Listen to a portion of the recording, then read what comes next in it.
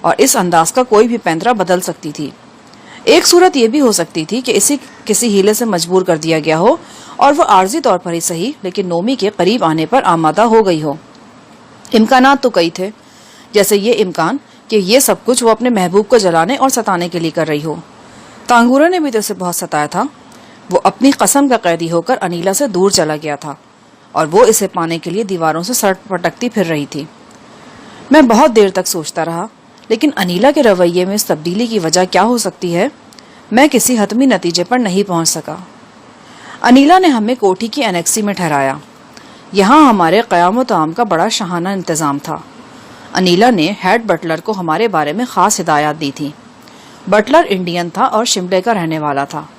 یہ علاقہ چونکہ مشرقی پنجاب سے قریب ہے، لہٰذا بٹلر صاحب کو لذت کام و دہن کے تمام پنجابی انداز معلوم تھے۔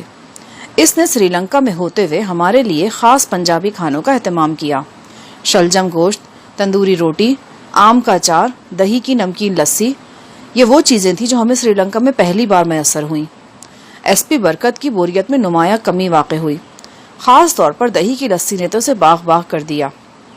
وہ بولا، یہ کڑی انیلا اتنی بھی بری نہیں ہے، بس ذرا فیشنیبل ضرور ہے۔ تانگورے کے ساتھ اس کی بڑی اچھی جوڑی بننی تھی، پتہ نہیں کیا ہوا دونوں کو، اور میرے خیال میں اس تانگورے بھوتنی کا اس میں زیادہ قصور ہے، بالکل لوہے کا تھن بن گیا ہے۔ ارے بندے میں تھوڑی بہت لچک تو ہونی چاہیے۔ میں نے کہا، میرا خیال ہے یہ سارا معاملہ قسم کی وجہ سے خراب ہوا تھا۔ تانگورے کا تعلق بدھ مت سے ہے، اور بدھ مت کے لوگ مقدس گھاٹی پر کھائی جانے والی قسم کو بہت زیادہ اہمیت دیتے ہیں۔ انیلا ہندو ہے، اس کے نزدیک قسم کی اتنی اہمیت نہیں۔ وہ یہ سمجھنے سے بالکل قاصر ہے کہ تانگورے ایک معمولی قسم کی وجہ سے اسے ہمیشہ کے لیے چھوڑ رہا ہے۔ وہ تانگورے کی بے رخی کی وجہ کچھ اور سمجھتی ہے۔ ایس پی برکت نے کہا، کچھ لوگ ویسے بھی ضرورت سے زیادہ نیک بننے کی کوشش کرتے ہیں۔ بھائی بندہ پوچھے، اگر وہ حادثے کی جگہ پر نہ رکتا تو کیا قیامت آ جاتی؟ اس کی جگہ کوئی اور رک جاتا، وہ تو ریس جیت جاتا، یہ اتنا لمبا چوڑا جھگڑا تو نہ کھڑا ہوتا کم از کم۔ ہم بالکنی میں بیٹھے باتیں کر رہے تھے۔ مین گیٹ کی طرف گاڑی کا ہارن سنائی دیا۔ باوردی چوکیدار نے جلدی سے گیٹ کھولا۔ نومی کی نئی نویلی اسپورٹس ماڈل شیراٹ اندر آئی۔ وہ ڈرائیونگ سیٹ پر تھا، اس کے پہلو میں انیلا بیٹھی تھی۔ انیلا کو اتار کر نومی واپس چلا گیا۔ وہ اپنے شیفرڈ کتے کو پیار کرتی ہوئی ہمارے پاس چلی آئی۔ بالکنی کے سامنے وہ رک کر بولی، ہیلو شاہ جہاں صاحب۔ ہیلو انکل برکت، کیا حال ہے؟ بالکل ٹھیک۔ کوئی تکلیف تو نہیں یہاں؟ تکلیف تو ہے، میں نے سنجیدگی سے جواب دیا۔ وہ جلدی سے زینے طے کر کے اوپر آ گئی۔ کیا بات ہے شاہ جہاں صاحب؟ اس نے پوچھا۔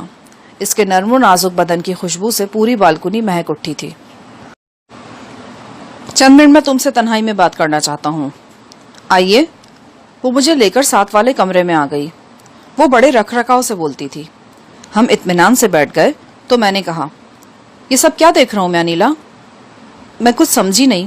انجان مت بنو انیلا، میں تمہارے اندر نمایاں تبدیلی دیکھ رہا ہوں۔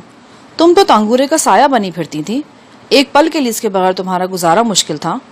تانگورے کو نومی کے مقابلے میں کامیاب کرانے کے لیے تم نے سر دھڑ کی بازی لگا رکھی تھی۔ ہر وقت بس یہی دھن تمہارے سر پر سوار رہتی تھی، لیکن اب تو میں کچھ اور ہی دیکھ رہا ہوں۔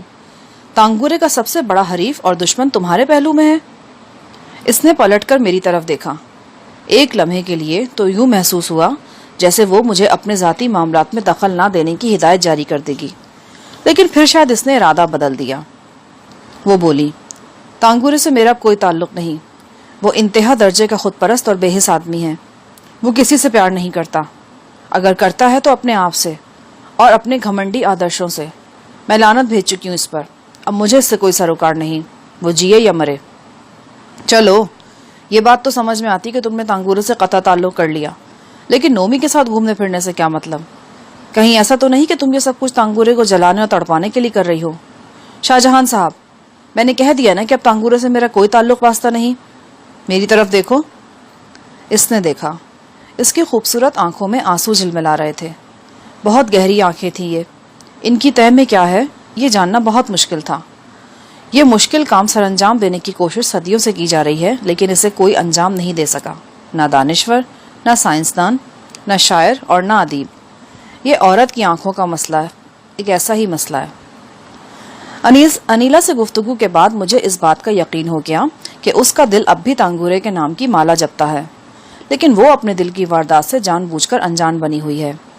تانگورے کو اس کی کچ ادائیوں کی سزا دینے کے لیے اس نے نومی سے راہ و رسم بڑھائی ہے۔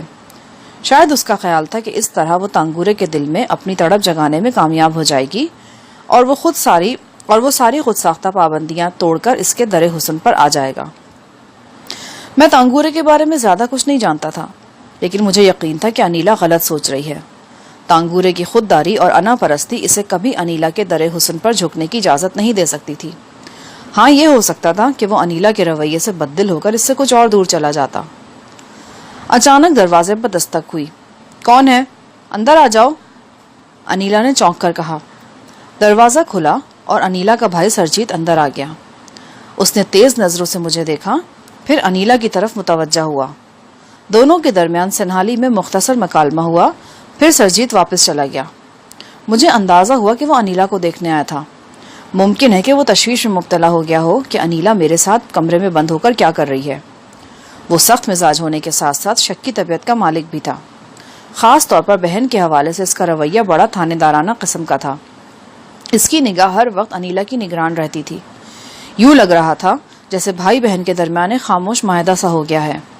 انیلا نے تانگورے سے قطع تعلق کر لیا ہے اور سرجیت نے جواباً خیر سگالی کے طور پر انیلا پر سے سخت پابندیاں اٹھا لی ہیں۔ اب چونکہ وہ سرجیت کے پرانے دوست نومی کے ساتھ گھوم پھر رہی تھی، لہٰذا سرجیت کو اس کی مصروفیات پر کوئی خاص اعتراض نہیں تھا۔ دیکھنے میں تو سیٹھ شاستری لال کا گھرانہ آزاد خیال نظر آتا تھا۔ ان کا رہن سہن ہر لحاظ سے مغربی تھا۔ وہ لوگ گھر میں انگریزی بولتے تھے، کلبس میں جاتے تھے اور آزادانہ ہر موضوع پر گفتگو کرتے تھے۔ مگر کوئی کتنا بھی لبرل ہو، اس کے اندر کہیں نہ کہیں ایک بنیاد پرست چھپا رہتا ہے۔ یہ دقیانوسی بنیاد پرست وہی ہزاروں سال پرانا قبائلی ہوتا ہے جو اپنی بہن یا بیٹی کو کسی غیر مرد کے ساتھ دیکھ کر آتش فشاں کی طرح پھٹ پڑتا ہے اور تیز دھار آلے سے اس کے ٹکڑے کر ڈالتا ہے۔ یقیناً ہپی نما سرجیت کے اندر بھی ایک ایسا ہی دقیانوسی چھپا ہوا تھا۔ شاستری لال خود تو نوریلیا میں نہیں تھا۔ ہاں، انیلا کی ماں اور خالہ وغیرہ وہاں ملاقات ہوئی۔ ان مغرب زدہ عورتوں کو اپنی امارات پر اترانے اور منہ ٹیڑھے کر کے انگریزی بولنے کے سوا کوئی اور کام نہیں تھا۔ وہ دونوں بے تحاشا موٹی تھیں، اور کیوں نہ ہوتی۔ 3 سینماؤں اور ایک شاندار ہوٹل کی کمائی دن رات ان پر مرغن غذاؤں کا بوجھ لاتی رہتی تھی۔ اوپر سے کوئی کام بھی نہیں تھا۔ گھر میں نوکروں کی فوج ظفر موج تھی، جس نے قسم کھا رکھی تھی کہ ان معزز خواتین کو تنکا دوہرا کرنے کی بھی زحمت نہیں دینی اور پوری وفاداری سے یہ کوشش کرنی ہے کہ وہ جلد از جلد اپنے بوجھ تلے دب کر مر جائیں۔ انیلا کے پتا سیٹھ شاستری لال کے بارے میں ایک نئی بات معلوم ہوئی کہ وہ قانون ساز ادارے کے الیکشن میں حصہ لینا چاہتا ہے اور اس سلسلے میں جوڑ توڑ کر رہا ہے۔ سرجیت کا شاندار کمرہ کوٹھی کے وسط میں تھا۔ وہ آج کل کلب نہیں جاتا تھا، لہٰذا سنیما سے فارغ ہو کر سیدھا گھر آ جاتا تھا۔ پھر اس کا زیادہ تر وقت اپنے کمرے میں گزرتا تھا۔ وہ صبح 11 بجے سے پہلے نہیں اٹھتا تھا۔ بیڈمنٹن کورٹ کے قریب بیٹھ کر وسیع وادی کا نظارہ کرنا اور انگور کی بیٹی سے دل بہلانا اس کے پسندیدہ مشاغل تھے۔ پتے بازی تو اس کی فطرت میں شامل تھی۔ وہ اکیلا بھی بیٹھا کبھی کبھی تاش کھیلنے لگتا تھا۔ یہ تیسرے یا چوتھے روز کا واقعہ ہے۔ سرجیت حسب معمول رات 11:30 بجے کے لگ بھگ واپس آیا۔ گاڑی وہ خود ڈرائیو کر کے لایا تھا۔ یہ وہی کھلی چھت والی سپورٹس کار تھی جسے میں اپنے پیچھے لگا کر ویرانے میں لے گیا تھا اور پھر سرجیت کو اس میں سے اتار کر ٹھیک ٹھاک پھینٹی لگائی تھی۔ یوں تو سرجیت کی دونوں کلائیوں پر پلستر چڑھا ہوا تھا، لیکن اس کا داہنا ہاتھ حرکت کے قابل تھا اور وہ اس اکلوتے ہاتھ سے کسی نہ کسی طرح ڈرائیو کر لیتا تھا۔ گاڑی سے اتر کر سرجیت اپنے کمرے میں چلا گیا۔ اتفاقاً اس وقت بجلی گئی ہوئی تھی۔ پوری کوٹھی اندھیرے میں ڈوبی ہوئی تھی۔ بس کہیں کہیں ملازموں نے شمعدان روشن کر رکھے تھے۔ ایک ایسا ہی شمعدان سرجیت کے کمرے میں بھی روشن تھا اور اس کی مدھم روشنی دروازے کی نچلی درز سے جھانک رہی تھی۔ میں نے اینیکسی کی کھڑکی میں سے سرجیت کو کمرے میں داخل ہوتے دیکھا۔ جو ہی وہ کمرے میں پہنچا، ایک ملازم نے حسب معمول کافی کی ٹرے اندر پہنچا دی۔ کافی وصول کرنے کے بعد سرجیت نے دروازہ اندر سے بند کر لیا۔ ابھی اسے کمرے میں گھسے بمشکل 15 منٹ ہوئے تھے کہ بجلی آ گئی۔ کوٹھی کے طول و عرض میں ٹیوب لائٹس، فانوس اور بلب وغیرہ روشن ہو گئے۔ ملازمین نے شمعدان بجھا دیے۔ ہم اینیکسی کے جس کمرے میں ٹھہرے ہوئے تھے